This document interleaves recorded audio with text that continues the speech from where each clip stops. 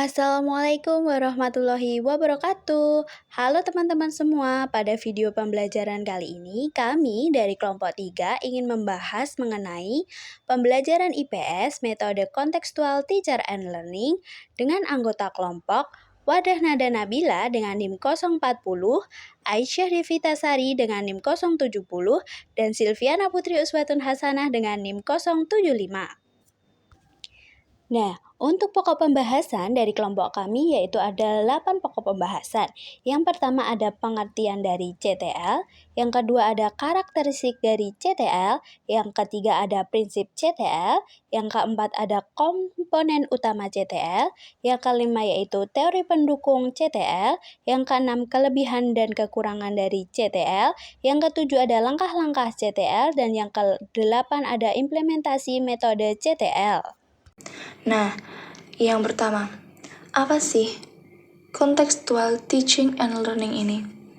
Nah, CTL ini itu pertama muncul di Amerika pada periode awal tahun 90-an.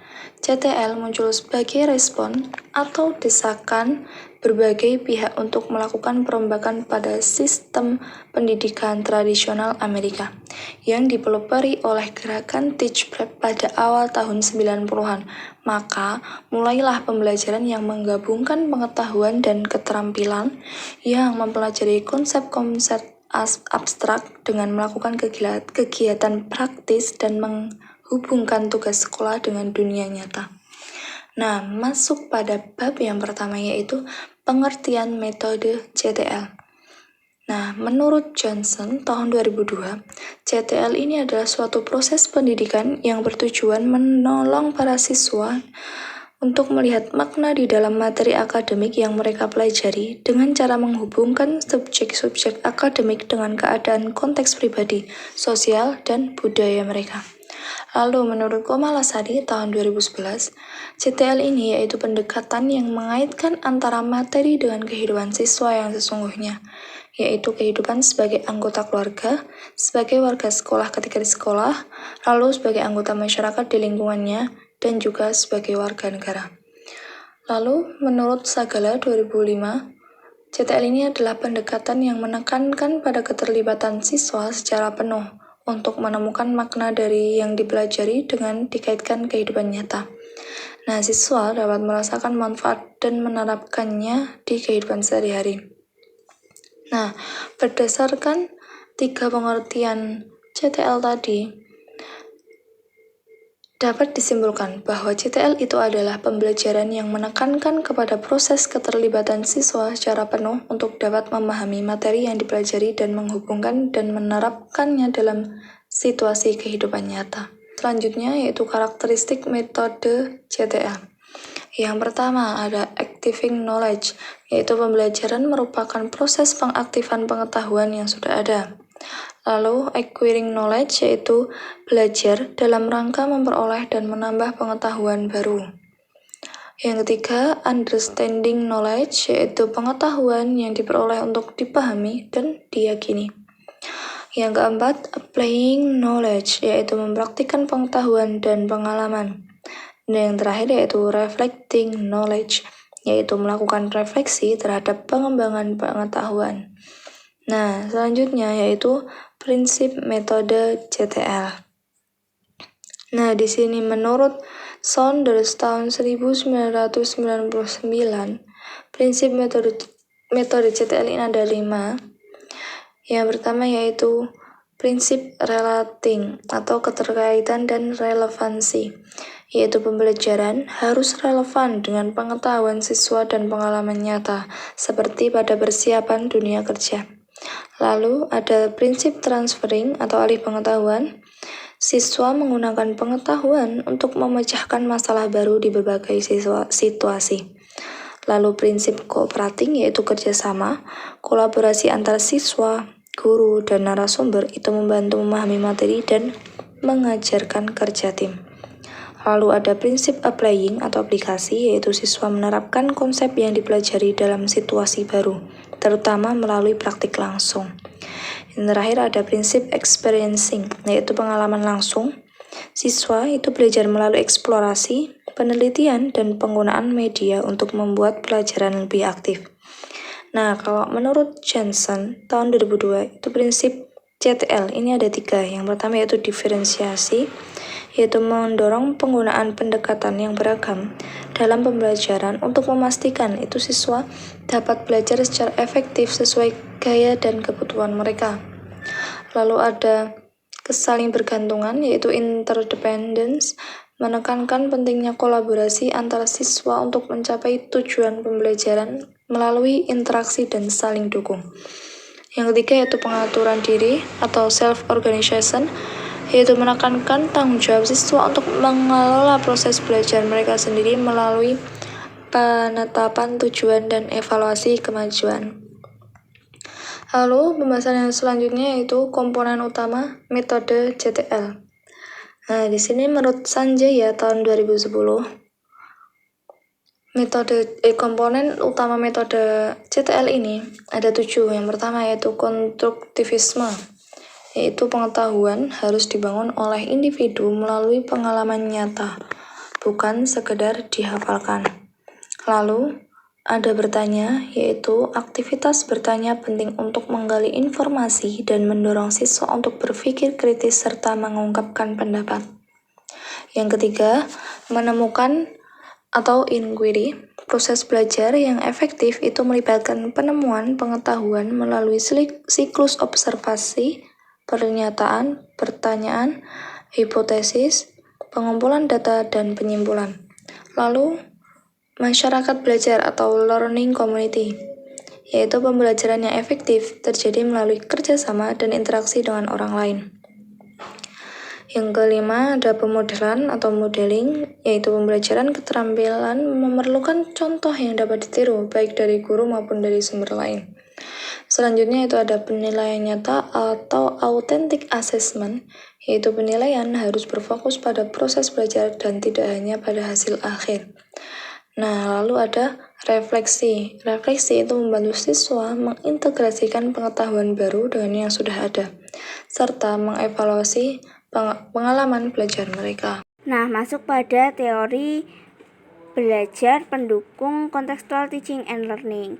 Yang pertama yaitu teori perkembangan dari Jean Piaget, yaitu perkembangan kognitif individu terjadi melalui proses asimilasi, akomodasi, dan ekualibrasi dalam tahap hierarkis yang sesuai dengan usia. Di sini Piaget membagi tahap perkembangan kognitif menjadi 4. Yang pertama, sensorimotor, yaitu umur 0-2 tahun, praoperasional, yaitu umur 2-7 tahun, operasional konkret, umur 8-12 tahun, dan operasional formal, yaitu umur 13-18 tahun. Selanjutnya yaitu teori discovery learning dari Burner. Nah, di sini yaitu proses belajar efektif terjadi ketika siswa diberikan kesempatan menemukan konsep melalui pengalaman langsung. Jadi, proses belajar itu akan berjalan dengan baik jika guru memberikan kesempatan kepada siswa untuk menemukan suatu konsep, teori, aturan, dan pemahaman melalui contoh-contoh yang ia jumpai dalam kehidupan sehari-harinya. Yang ketiga yaitu teori meaningful learning dari Ausubel, di mana belajar merupakan proses asimilasi bermakna yang terjadi ketika guru menghubungkan materi baru dengan pengetahuan yang sudah dimiliki siswa. Jadi, proses belajar akan lebih bermakna bagi siswa jika materi pembelajaran diurutkan dari umum ke khusus dan dari keseluruhan ke yang lebih rinci. Selanjutnya, yang terakhir, teori belajar sosial dari Vygotsky, di mana perkembangan kognitif siswa terjadi melalui interaksi sosial dan lingkungan, di mana siswa secara aktif mengkonstruksi pengetahuan dalam konteks sosiokultural. Nah, kejadian yang terjadi di lingkungan sosial di luar dari diri siswa itu merupakan sumber pengetahuan dan perkembangan kognitif siswa. Nah, selanjutnya masuk pada kelebihan dan kekurangan metode contextual teaching and learning. Jadi, metode CTL ini juga memiliki kelebihan dan kekurangan. Masuk pada kelebihan yang pertama, yaitu mendorong siswa menemukan hubungan antara materi yang dipelajari dengan situasi nyata.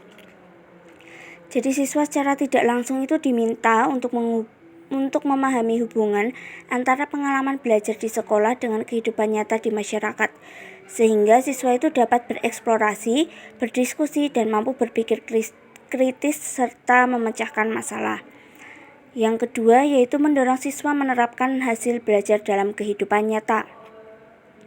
Siswa itu tidak hanya diharapkan dapat memahami materi pembelajaran yang dipelajarinya, tetapi bagaimana materi itu dapat mewarnai perilaku atau tingkah laku atau karakter dalam kehidupan sehari-harinya.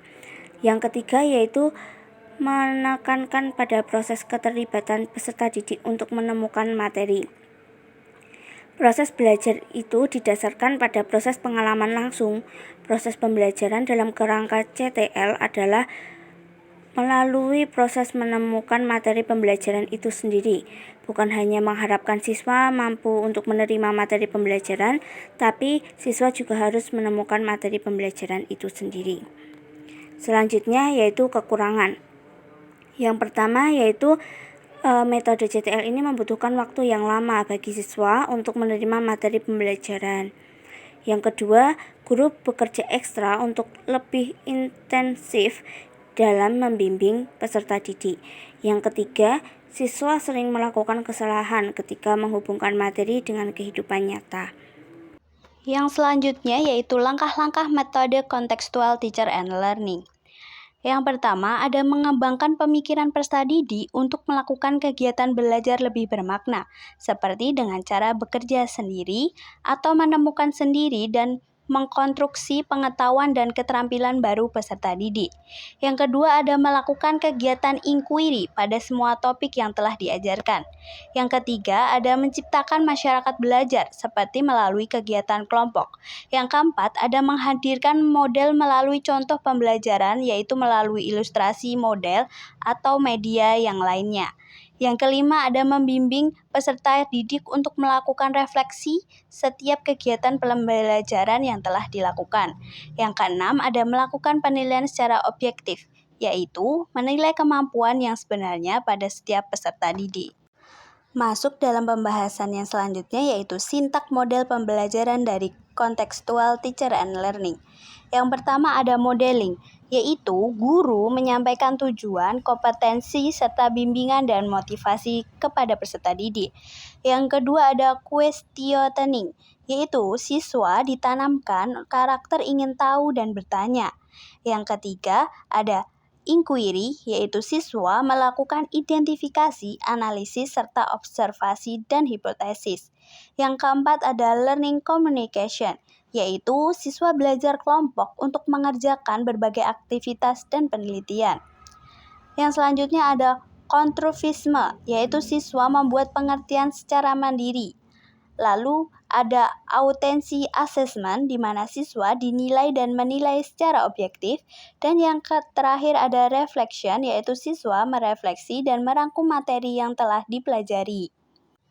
Pembahasan yang selanjutnya yaitu implementasi model contextual teacher and learning dalam pembelajaran IPS di SD atau MI. Nah, untuk implementasinya yaitu ada 6. Yang pertama, ada menghubungkan materi dengan kehidupan siswa. Yang kedua, ada menggunakan metode inquiry atau eksplorasi. Yang ketiga, ada diskusi kelompok dan pembelajaran kolaboratif. Yang keempat adalah melibatkan sumber belajar yang nyata. Dan yang kelima, menggunakan media pembelajaran yang kontekstual. Dan yang terakhir ada refleksi dan evaluasi. Dan kelompok kami juga mengambil studi kasus mengenai implementasi metode contextual teacher and learning dalam pembelajaran IPS di SD atau MI berdasarkan hasil penelitian jurnal. Ada 2 jurnal yang kelompok kami ambil. Yang pertama yang berjudul Penerapan Pendekatan Contextual Teacher and Learning dalam Meningkatkan Hasil Belajar IPS di MI Al-Bainah. Nah, jurnal ini guru itu menggunakan pendekatan CTL dalam langkah-langkah seperti mengaitkan materi keragaman jenis pekerjaan dengan kehidupan nyata siswa, dengan cara memberikan artikel untuk diskusi kelompok dan memancing daya nalar siswa melalui pertanyaan. Hasilnya menunjukkan adanya peningkatan nilai rata-rata siswa yang dari 47,69 menjadi 90,38 dengan tingkat ketuntasan 100%. Jurnal yang kedua yang berjudul Implementasi Pendekatan CTL pada Pembelajaran IPS untuk Meningkatkan Hasil Belajar Siswa Kelas 4 SD. Hasil penelitian ini menunjukkan bahwa penerapan CTL pada pembelajaran IPS kelas 4 SD melibatkan siswa dalam kegiatan kontekstual seperti diskusi kelompok dan pemanfaatan media pembelajaran yang relevan. Pendekatan ini berhasil meningkatkan hasil belajar siswa secara signifikan. Dari dua jurnal di atas dapat ditarik kesimpulan bahwa metode contextual teacher and learning ini dapat meningkatkan hasil belajar siswa secara signifikan dengan ketuntasan 100%. Oke teman-teman, itu tadi merupakan penjelasan materi dari kelompok kami mengenai pembelajaran IPS metode contextual teacher and learning. Terima kasih telah menyaksikan video pembelajaran dari kelompok kami. Sekian dari kami. Wassalamualaikum warahmatullahi wabarakatuh. See you bye-bye di video-video selanjutnya.